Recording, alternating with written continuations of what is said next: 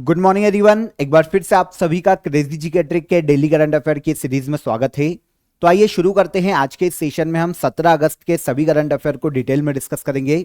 Session में and तक बने रहिएगा। पसंद आए तो लाइक और शेयर कर दीजिएगा। चैनल पर पहली बार आए हैं तो चैनल को सब्सक्राइब कर लीजिए। एक एक फैक्ट को ध्यान से सुनिएगा, एक एक न्यूज को ध्यान से सुनिएगा, एक एक करंट अफेयर को ध्यान से सुनिएगा, क्योंकि यहीं से आने वाली एग्जाम में आपको क्वेश्चन देखने को मिल सकते हैं। ओके, चलिए शुरू करते हैं। पीडीएफ आपको क्रेजी जीके ट्रिक के टेलीग्राम चैनल पर मिल जाएगी। वहां पर आपको डेली करंट अफेयर का एक फोल्डर दिया होगा, वहां पर आप इंटर कीजिए। एप्लीकेशन में आपको इजीली जितने भी दिन के करंट अफेयर की आपको पीडीएफ चाहिए डेली करंट अफेयर की, वहां पर आपको फ्री ऑफ कॉस्ट मिल जाएगी। चलिए, सबसे पहला क्वेश्चन और important question, 17th national film award 2024 में बेस्ट एक्टर का अवार्ड किसने जीता है? तो देखिए, हाल ही में सेंट्रल गवर्नमेंट ने 17th नेशनल फिल्म अवार्ड की घोषणा की है 2024 के, जिसमें बेस्ट एक्टर का अवार्ड दिया गया है हाल ही में ऋषभ शेट्टी को। Answer C. नाम सुना होगा, मूवी देखी होगी आपने, इनकी इमेज देखेंगे तो समझ में आ जाएगा। कांतारा काफी फेमस मूवी है, काफी इंटरेस्टिंग मूवी थी कांतारा। सेकेंड पार्ट का वेट तो मैं भी कर रहा हूं। तो कांतारा मूवी के लिए ऋषभ शेट्टी को बेस्ट एक्टर का अवार्ड दिया गया है हाल ही में। 16 अगस्त को हाल ही में 70वें नेशनल फिल्म अवार्ड 2024 को घोषित किया गया। देखिए, काफी सारे अवार्ड है, मेन यहां पर मैं आपको बता देता हूं जो कि एग्जाम में पूछे जा सकते हैं। ध्यान से सुनिएगा, एक एक को नोट कीजिएगा। ओके, पूरी लिस्ट है। देखिए, बेस्ट फीचर फिल्म की बात करें तो यह है अट्टम, मलयालम मूवी है। बेस्ट एक्टर की बात करें, अभी मैंने आपको बताया ऋषभ शेट्टी कांतारा मूवी के लिए। बेस्ट एक्ट्रेस की बात करें तो एक तो है नित्या मेनन तिरुचित्रबलम मूवी के लिए, और एक है मानसी पारेख जो कि कच्छ एक्सप्रेस मूवी के लिए बेस्ट एक्ट्रेस का इन्हें अवार्ड दिया गया। बेस्ट डायरेक्टर सूरज बड़जात्या ऊंचाई मूवी के लिए। बेस्ट सपोर्टिंग एक्ट्रेस की बात करें तो यह है नीना गुप्ता ऊंचाई मूवी के लिए। बेस्ट सपोर्टिंग एक्टर की बात करें तो पवन मल्होत्रा फौजी मूवी के लिए। Best feature film providing wholesome entertainment, यह है कांतारा ऋषभ शेट्टी वाली। बेस्ट हिंदी मूवी है ना, यह इंपॉर्टेंट हो जाता है, यह है गुलमोहर जिसे नेशनल फिल्म अवार्ड दिया गया। बेस्ट तमिल फिल्म की बात करें तो Ponniyin Selvam first. Best Marathi film की बात करें तो यह अवार्ड दिया गया है वल्वी को। बेस्ट तेलुगु फिल्म की बात करें तो कार्तिकेय 2। बेस्ट कन्नड़ मूवी की या कन्नड़ मूवी की बात करें तो यह है केजीएफ 2 यश वाली। बेस्ट म्यूजिक डायरेक्टर की अगर हम बात करते हैं तो प्रीतम ब्रह्मास्त्र के लिए इन्हें नेशनल अवार्ड दिया जाएगा। बेस्ट मेल प्लेबैक सिंगर की बात करें तो अरिजीत सिंह ब्रह्मास्त्र मूवी के लिए। ठीक है, तो ब्रह्मास्त्र मूवी के लिए। ठीक है, चलिए, नॉन फीचर कैटेगरी की अगर हम बात करते हैं कि नॉन फीचर कैटेगरी में किसे दिया गया, तो बेस्ट नॉन फीचर फिल्म आयना। और बेस्ट डॉक्यूमेंट्री की बात करें तो murmurs of the jungle, best documentary का इससे नेशनल अवार्ड दिया गया। हमें यहां पर जो इंपॉर्टेंट है हमने उसकी बात की है, और यहीं से अगर आपको क्वेश्चन आना है नेशनल अवार्ड में, नेशनल फिल्म अवार्ड में, तो आपको यहीं से क्वेश्चन देखने को मिलेंगे। रिवाइंड करके एक बार फिर से आप देख लेना ताकि आपको समझ में आ जाए। पीडीएफ आपको मिल जाएगी तो आप वहां पर उसे बिल्कुल पीडीएफ को यूज कीजिए और नोट्स बना लीजिएगा, क्योंकि यहां से एक क्वेश्चन आपको देखने को मिलने वाला है। आई होप आपको समझ में आया होगा। नेशनल फिल्म अवार्ड की बात करें तो सेंट्रल गवर्नमेंट में ministry of information and broadcasting, इसके अंतर्गत national film development corporation national film award को अनाउंस करता है। 2024 के ये 70वें नेशनल फिल्म अवार्ड थे। फिल्मों के क्षेत्र में यह अवार्ड दिए जाते 1954 में पहली बार दिया गया था। अनाउंस तो 1951 में कर दिए गए थे कि भैया हम देंगे, लेकिन पहली बार दिए गए थे 1954 में। Okay, national film award. आगे बढ़ने से पहले आप सभी को पता है, चलिए सेकंड क्वेश्चन ले लेते हैं, फिर मैं आपको बता दूंगा उसके बारे में। एक बहुत ही इंटरेस्टिंग अपडेट है ई बुक का पेरिस ओलंपिक के लिए, तो वो मैं आपको बाद में थोड़ा सा उसका इंफॉर्मेशन दे दूंगा। चलिए, पद्म भूषण से सम्मानित डॉक्टर राम नारायण अग्रवाल का निधन हो गया। डॉक्टर राम नारायण अग्रवाल किस क्षेत्र से संबंधित है? तो डॉक्टर राम नारायण अग्रवाल की अगर हम बात करते हैं तो ये बहुत ही फेमस एक साइंटिफिक रिसर्च के क्षेत्र के साइंटिस्ट है, मतलब साइंटिस्ट है, वैज्ञानिक अनुसंधान के लिए इन्हें पद्म भूषण दिया जा चुका है। हाल ही में इनका निधन हो गया है। ठीक है, कौन है? डॉक्टर राम नारायण अग्रवाल। देखिए 15 अगस्त को डीआरडीओ के प्रसिद्ध मिसाइल वैज्ञानिक डॉक्टर राम नारायण अग्रवाल का निधन हो गया। यहां पर आप इमेज देख सकते हैं राम नारायण अग्रवाल की। एक्चुअल में इन्हें अग्नि मिसाइल के डेवलपमेंट के लिए जाना जाता है। ठीक है ना, भारत की जो लंबी दूरी की मिसाइल है अग्नि, इसके विकास में इन्होंने महत्वपूर्ण भूमिका निभाई है। इसीलिए राम नारायण अग्रवाल को फादर ऑफ अग्नि मिसाइल के नाम से भी जाना जाता है। तो इंपॉर्टेंट फैक्ट है, याद रखना, भारत के राजस्थान से ये बिलोंग करते हैं, साइंटिफिक रिसर्चर हैं, साइंटिस्ट हैं। पद्मश्री दिया जा चुका है साइंस के क्षेत्र में इनके योगदान के कारण 1990 में, और पद्म भूषण दिया गया था वर्ष 2000 में वैज्ञानिक अनुसंधान के क्षेत्र में। नाम क्या है? डॉक्टर राम नारायण अग्रवाल। ठीक है, हाल ही में इनका निधन हो गया। अग्नि मिसाइल के लिए, उसके डेवलपमेंट के लिए इन्हें प्रसिद्धि हासिल है। देखिए फ्रेंड्स, आप सभी को पता है 78th इंडिपेंडेंस डे इस बार हम सेलिब्रेट कर रहे हैं, हमने सेलिब्रेट किया है, काफी धूमधाम से इसे सेलिब्रेट किया। बहुत ही इंटरेस्टिंग डे है हमारे लिए, बहुत ही गौरवपूर्ण एक दिन है हमारे लिए। इसी उपलक्ष्य में आप सभी को पता है क्रेजी जीके ट्रिक और रूट एप्लीकेशन पर अभी भी आपके लिए जो अफोर्डेबल प्राइस के लिए सेल है वो लगातार कंटिन्यू है। अभी भी आप किसी भी कोर्स को, किसी भी पीडीएफ को काफी नॉमिनल चार्जेस में, अफोर्डेबल प्राइस में क्रेजी जीके ट्रिक और रूट एप्लीकेशन पर जाकर ज्वाइन कर सकते हैं। आपको कोई भी कोर्स चाहिए, कोई भी पीडीएफ चाहिए, आप विजिट कीजिए और आप वहां से उसे अवेल कर सकते हैं। अगर आपको कोई भी डाउट आता है, कोई भी हर्डल फेस करना पड़ रहा है, तो आप नीचे दिए गए हेल्पलाइन नंबर पर कॉल कर लीजिए। देखिए पेरिस ओलंपिक की ई बुक के बारे में मैंने आपको बताया था। आप पेरिस ओलंपिक के लिए ई बुक को ज्वाइन कर सकते हैं। क्रेजी जीके ट्रिक और रूट एप्लीकेशन दोनों पर आपके लिए अवेलेबल है। वैसे डिस्क्रिप्शन में भी आपके लिए यहां पर लिंक दी गई है। अगर आप वेबसाइट पर विजिट करेंगे तो देखिए आप एप्लीकेशन या वेबसाइट पर इस तरीके का आपको इंटरफेस दिखाई देगा। आप पीडीएफ वाले सेक्शन में जाएंगे तो आपको करंट अफेयर का सेक्शन दिखाई देगा। इसमें आपको देखने को मिलेगा ट्रेंडिंग करंट अफेयर पीडीएफ। आप इस पर जाएंगे तो आपको पेरिस ओलंपिक 2024 की ई मैगजीन यहां पर देखने को मिल जाएगी, ई बुक देखने को मिल जाएगी। देखिए यहां पर आपको पता है 4 साल में एक बार ये इवेंट होता है ओलंपिक का। तो 4 साल आगे जितनी भी एग्जाम से आपको यही ओलंपिक से क्वेश्चन आने वाले हैं, पेरिस ओलंपिक और उसकी हिस्ट्री से। तो आपकी इस ई बुक में पेरिस ओलंपिक की हिस्ट्री से लेकर हमारी क्या अचीवमेंट रही, कौन से नए रिकॉर्ड बने, कौन से नए रिकॉर्ड ब्रेक हुए, उन सभी के बारे में इंफॉर्मेशन आपको पेरिस ओलंपिक 2024 की इस ई बुक में देखने को मिल जाएगा। काफी अच्छी मैगजीन है आप सभी के लिए, आपको बहुत ही हेल्प करेगी ये किसी भी एग्जाम के लिए। देखिए आपको ओलंपिक से, हिस्ट्री से लेकर आज तक जितने भी क्वेश्चन पूछे जा सकते हैं वो सभी आपको इसमें मिल जाएंगे। ठीक है, एक्सट्रीम लेवल पर जाकर पूरी ई बुक को डिजाइन किया गया है पेरिस ओलंपिक 2024 के लिए।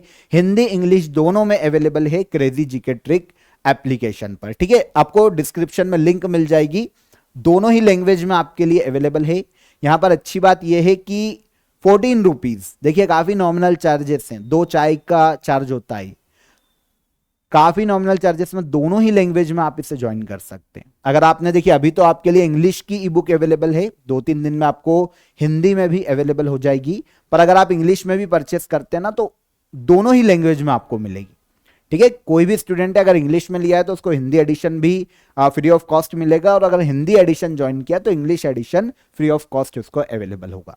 दोनों की लिंक आपको डिस्क्रिप्शन में है। वैसे इंग्लिश वाली आई है तो उसकी लिंक मिल जाएगी आपको, आप अवेल कर लीजिए। हिंदी मीडियम के अगर आप स्टूडेंट है तो भी आपको 2-3 दिन में हिंदी की मैगजीन फ्री ऑफ कॉस्ट आपको अवेलेबल हो जाएगी। ठीक है, तो आप ज्वाइन कर सकते हैं, बहुत ही इंटरेस्टिंग। वैसे मैं इतना समय लेता नहीं हूं किसी भी चीज को बताने के लिए, लेकिन आपके लिए बहुत ही इंपॉर्टेंट है ना पेरिस ओलंपिक से, क्योंकि आपको क्वेश्चन आने वाले हैं, इसीलिए आप ज्वाइन कर सकते हो। और काफी अच्छी तरीके से उसको डिजाइन किया गया एग्जाम के पॉइंट ऑफ व्यू से हमारी टीम ने, तो आप ज्वाइन कर सकते हैं। चलिए, कौन सा देश third voice of global south summit 2024 की मेजबानी कर रहा है? तो अगर हम third voice of global south summit की बात करें जो कि 2024 में हो रही है, तो इसकी मेजबानी की जा रही है इंडिया के द्वारा। आंसर सी, कौन मेजबानी कर रहा है? इंडिया। 17 अगस्त 2024 को भारत ने virtually third voice of global south summit 2024 की मेजबानी की। देखिए नाम से समझ में आ जाएगा कि उद्देश्य क्या है। ग्लोबल साउथ समिट का उद्देश्य है कि भैया जो ग्लोबल साउथ के जो देश है उनकी आवाज उठाने के लिए कोई तो प्रयास कर रहा है, और वो इंडिया है। क्योंकि शुरुआत से इसका सम्मेलन इंडिया ने ही आयोजित किया, इंडिया ने ही मेजबानी की है। देखिए, वर्चुअली रूप से 12 से 13 जनवरी 2023 को प्रथम वॉइस ऑफ ग्लोबल साउथ शिखर सम्मेलन का आयोजन किया गया था भारत में, और 17 नवंबर 2023 को भी second voice of global south summit की मेजबानी इंडिया के द्वारा ही की गई थी। विकासशील देशों के लिए भविष्य की जितनी भी चुनौतियां हैं, जो भी हर्डल्स हैं एआई को लेकर या अदर किसी भी सेक्टर को लेकर, उन पर विचार विमर्श करने के लिए भारत ने इसकी मेजबानी की है। इस साल ये third voice of global south summit है 2024 में। 17 अगस्त 2024 को इंडिया ने वर्चुअली इसकी मेजबानी की है, ठीक है ना।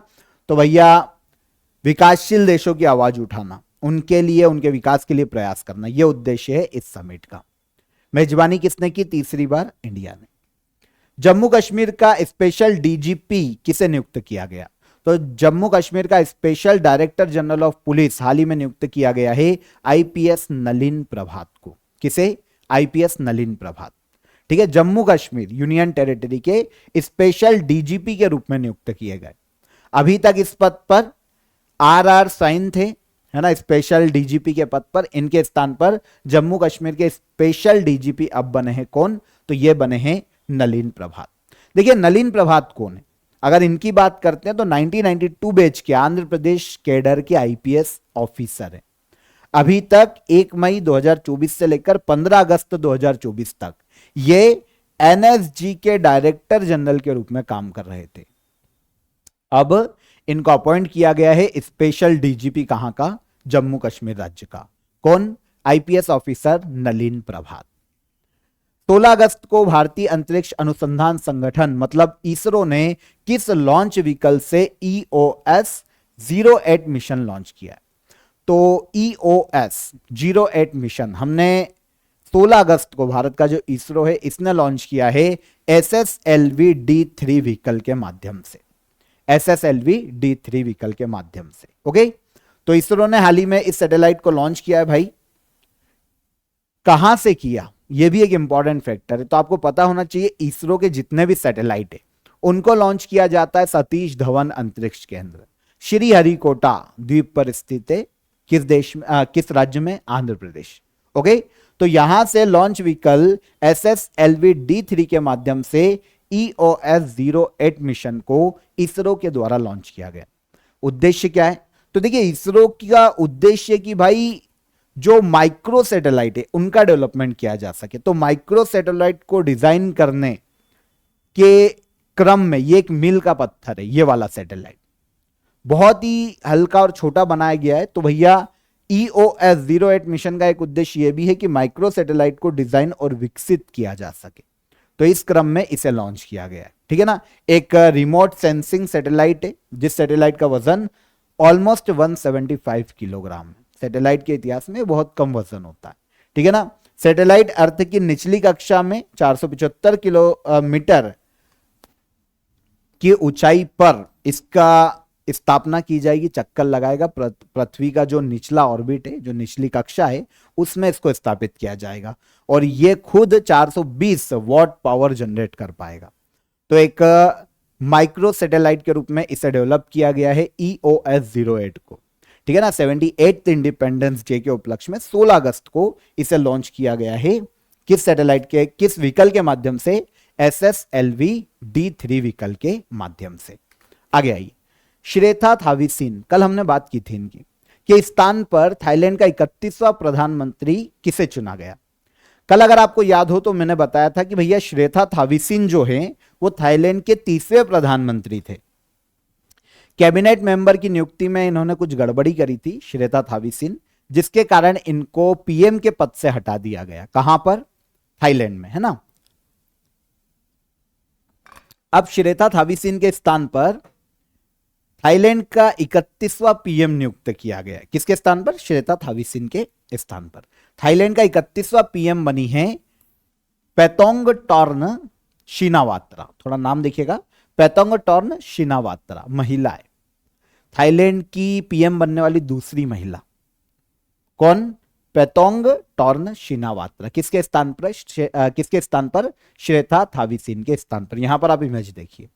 ओके, तो श्वेता थावीसीन मैंने आपको बता दिया कि भैया इन्होंने नैतिकता का उल्लंघन, मतलब भ्रष्टाचार भी बोल सकते हैं, उसका उल्लंघन, नैतिकता का उल्लंघन किया, भ्रष्टाचार में लिप्त थे, तो भैया इनको पद से हटा दिया था, पीएम के पद से, थाईलैंड में। अब 31वीं पीएम बनी है थाईलैंड की, कौन? तो ये पेंटोंग टॉर्न शिनावात्रा बनी। ठीक है, प्राइम मिनिस्टर के रूप में यिंगलक शिनावात्रा पहली पीएम रही है थाईलैंड की। उनके बाद थाईलैंड की पीएम बनने वाली दूसरी महिला कौन? पेंटोंग टॉर्न शिनावात्रा, थाईलैंड की दूसरी महिला पीएम और 31वीं प्रधानमंत्री। अफ्रीकी महाद्वीप के बाहर एम पॉक्स वायरस का क्लेड 1 वेरिएंट का पहला मामला किस देश में पाया गया? आपको पता है M pox, monkey pox virus के बारे में कल भी मैंने आपको बताया था। अफ्रीकी देश भैया बर्बादी की कगार पे, मतलब फैला ही जा रहा है, चेचक जैसे, है ना। इसमें देखने को मिलता है चकत्ते पड़ जाना और पिंपल्स हो जाना बॉडी पर, तो ऐसे इंडिकेट देखने को मिल रहे हैं एमपॉक्स वायरस के।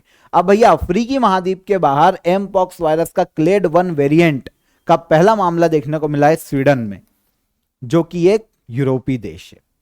भैया अफ्रीकी महाद्वीप से कोई एक व्यक्ति यूरोप गया, उसमें पहले से ही वो वायरस के लक्षण थे, वो पहले से ही संक्रमित था, जिसके कारण अब एमपॉक्स के क्लेड 1 वेरिएंट का जो पहला मामला है अफ्रीकी महाद्वीप के बाहर, वो देखने को मिला है कहां पर? स्वीडन देश में। ठीक है, एमपॉक्स जो वायरस है 13 अफ्रीकी देशों में फैल चुका है और इसके कारण अभी तक 500 से ज्यादा लोगों की मृत्यु हो चुकी है। आपको पता है 15 अगस्त को वर्ल्ड हेल्थ ऑर्गेनाइजेशन ने इसे वैश्विक स्वास्थ्य आपदा घोषित किया था, ग्लोबल हेल्थ क्राइसिस घोषित किया था एमपॉक्स वायरस को। इसके क्लेड 1 वेरिएंट का मामला अफ्रीका के बाहर किसी देश में कहां मिला? स्वीडन में। संक्रामक रोग है भाई, वायरस से फैलने वाली बीमारी है और स्मॉल पॉक्स या चेचक जिसको बोलते हैं उसके जैसा ये एक वेरिएंट है, सेम दिखाई देता है। 15 अगस्त 2024 को राष्ट्रीय कीट निगरानी प्रणाली का शुभारंभ किसके द्वारा किया गया? तो राष्ट्रीय कीट निगरानी प्रणाली, ठीक है, नेशनल पेस्ट मॉनिटरिंग सिस्टम की अगर बात करें तो इसका शुभारंभ किया है शिवराज सिंह चौहान। Answer D. जानते हैं शिवराज सिंह चौहान कौन है? कृषि मंत्री है वर्तमान में, मध्य प्रदेश के सीएम रह चुके हैं, है ना। मध्य प्रदेश के सीएम रहने वाले, सबसे अधिक समय तक सीएम रहने वाले व्यक्ति, ऑलमोस्ट 18 साल, 2004 में बने थे ये, 2005 में बने थे, 4-5 का टाइम था, 2005 के आसपास मान लो, 5 से 2023 तक ये मध्य प्रदेश के सीएम रहे। बीच में 2-2.5 साल कमलनाथ भी रहे हैं 2018 से, पर 2020 में फिर से टेक ओवर किया था इन्होंने सीएम का पोस्ट और लंबे समय तक रहे। ठीक है, सेंट्रल एग्रीकल्चर और फार्मर वेलफेयर मिनिस्टर है वर्तमान में शिवराज सिंह चौहान। इन्होंने हाल ही में राष्ट्रीय कीट निगरानी प्रणाली का इनोग्रेशन किया। ठीक है, किसानों को समय पर भैया कीट मैनेजमेंट की सलाह देना, कीट प्रबंधन की सलाह देना, ताकि उनकी फसल बर्बाद होने से बचाई जा सके। ऑब्वियस सी बात है, एग्रीकल्चर का विकास करना जरूरी है। राष्ट्रीय कीट निगरानी प्रणाली में आर्टिफिशियल इंटेलिजेंस और मशीन लर्निंग जैसी अत्याधुनिक जो टेक्नोलॉजी है उसको भी अब यूज किया जाएगा, ताकि कीट मैनेजमेंट अच्छी तरीके से पूरे देश में किया जा सके। तो हाल ही में राष्ट्रीय कीट निगरानी प्रणाली का इनोग्रेशन किसने किया? Shivraj Singh Chouhan, agriculture minister. आगे, नवरोज या नौरोज का त्योहार किस समुदाय के नव वर्ष के रूप में मनाया जाता है? इतिहास में भी पढ़ा ही होगा कभी ना कभी आपने नवरोज त्योहार को। जानते कौन मनाता है नव वर्ष के रूप में? पारसी समुदाय, है ना। आंसर बी, पारसी समुदाय के नवरोज त्योहार की शुरुआत हुई है 16 अगस्त को। 16 अगस्त को पारसी जो कम्युनिटी है उन्होंने पारसी न्यू ईयर के रूप में नवरोज त्योहार को मनाया। पारसी जानते, पारसी लोग या समुदाय पारसी धर्म का पालन करते। कभी फारस के नाम पर इनका पारसी नाम पड़ा है, फारस, फारसी और पारसी, वहां से नाम निकल के आया है। तो फारस अब ईरान के नाम से जाना जाता है, कभी पारसी कम्युनिटी वहां पर रहा करती थी। ठीक है, तो नवरोज जो है पारसी समुदाय का एक न्यू ईयर है, नव वर्ष के रूप में सेलिब्रेट किया जाता है और इस साल ये सेलिब्रेट किया गया 16 अगस्त को। नेचर और लाइफ को लाइफ में उतारना, नेचर और लाइफ इसके सिंबल है। नेचर और लाइफ को किस तरीके से रिन्यू बार बार किया जा सकता है, नेचर और लाइफ को किस तरीके से एक सूत्र में पिरोया जा सकता है और मानव जीवन को खुशहाल बनाया जा सकता है, यह नवरोज त्योहार बहुत अच्छी तरीके से सिखाता है। ठीक है, तो नया दिन है, न्यू ईयर है किसका? पारसी समुदाय का। कब मनाया गया इस साल? 16 अगस्त को। लास्ट क्वेश्चन देखिए, बुक भारत के 75 महान क्रांतिकारी, 75 ग्रेट रिवोल्यूशनरीज ऑफ इंडिया किसके द्वारा लिखी गई पुस्तक है? तो इस बुक को लिखा है भीम सिंह ने। आंसर है भारत के 75 महान क्रांतिकारी भीम सिंह, इनकी द्वारा लिखित पुस्तक है। हाल ही में जो राज्यसभा के वाइस चेयरमैन है हरिवंश नारायण सिंह, इन्होंने 75 महान क्रांतिकारी, भारत के 75 महान क्रांतिकारी, इस बुक को लॉन्च किया, विमोचन किया। इस बुक को लिखा है भीम सिंह ने। राज्यसभा के सांसद है बिहार से, भीम सिंह, इन्होंने लिखा और विमोचन किसने किया? वाइस चेयरमैन हरिवंश नारायण सिंह ने। इस बुक में जो 75 इंपॉर्टेंट फ्रीडम फाइटर रहे उनकी जीवनी का उल्लेख किया गया है, उनके जीवन का वर्णन किया गया है। जैसे रानी लक्ष्मीबाई टंट्या भील, है ना, एमपी से टंट्या भील, भील जनजाति गौरव, टंट्या भील, रानी लक्ष्मीबाई, सूर्य सेन, प्रीतिलता वद्देदार, परमानंद, तो काफी फेमस क्रांतिकारियों के बारे में, फ्रीडम फाइटर के बारे में इस बुक में बताया गया, 75 फ्रीडम फाइटर के बारे में। इसीलिए बुक को नाम दिया गया भारत के 75 महान क्रांतिकारी।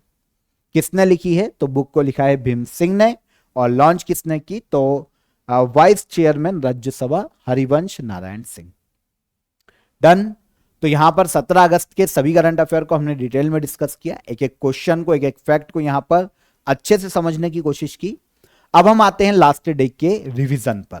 जो हमने last day current affair discuss किया था उसको यहां पर हम एक बार रिवाइज कर लेते हैं, ध्यान से सुनना।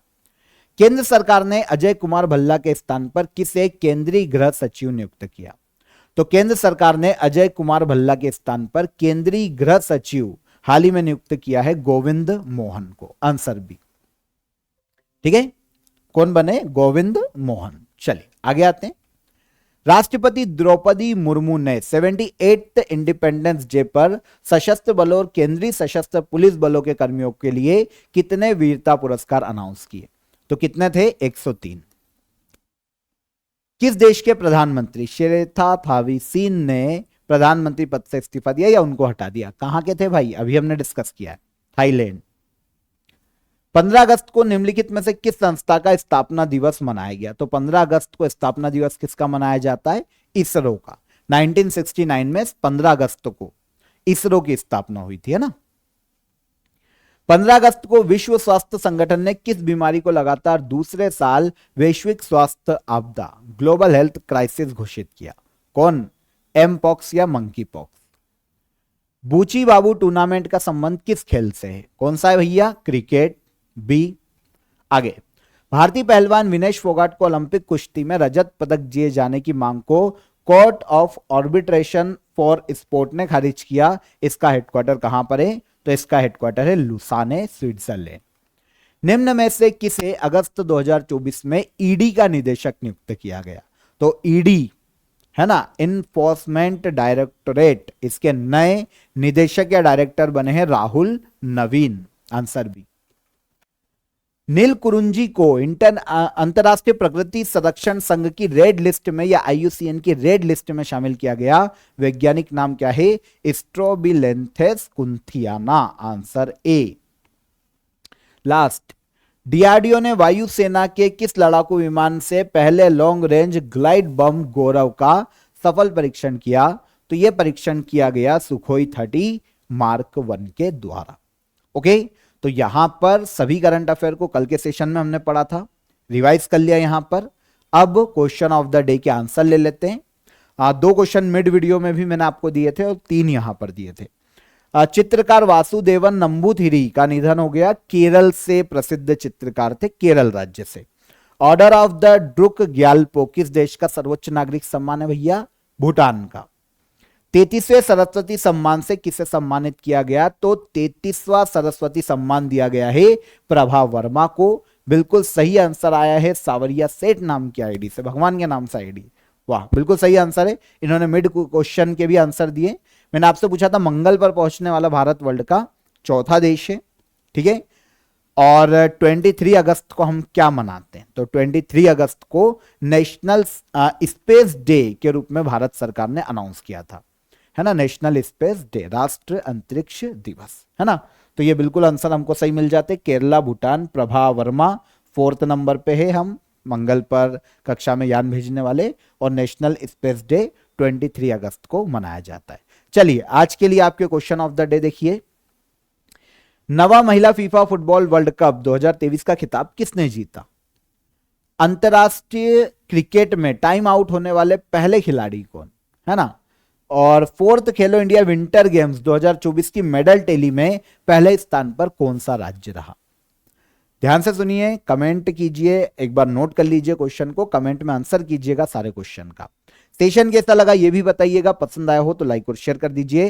पेरिस ओलंपिक की ई बुक का आपको लिंक नीचे डिस्क्रिप्शन में मिल जाएगा, इंग्लिश में अवेलेबल है अभी, लेकिन आप ज्वाइन कर लीजिए। जो हिंदी मीडियम वाले हैं वो भी आपको हिंदी 2-3 दिन में फ्री ऑफ कॉस्ट उसके साथ मिल जाएगी। ओके, चलिए फिर मुलाकात करेंगे नेक्स्ट डे के सेशन में। ख्याल रखिएगा अपना। जय हिंद, जय भारत।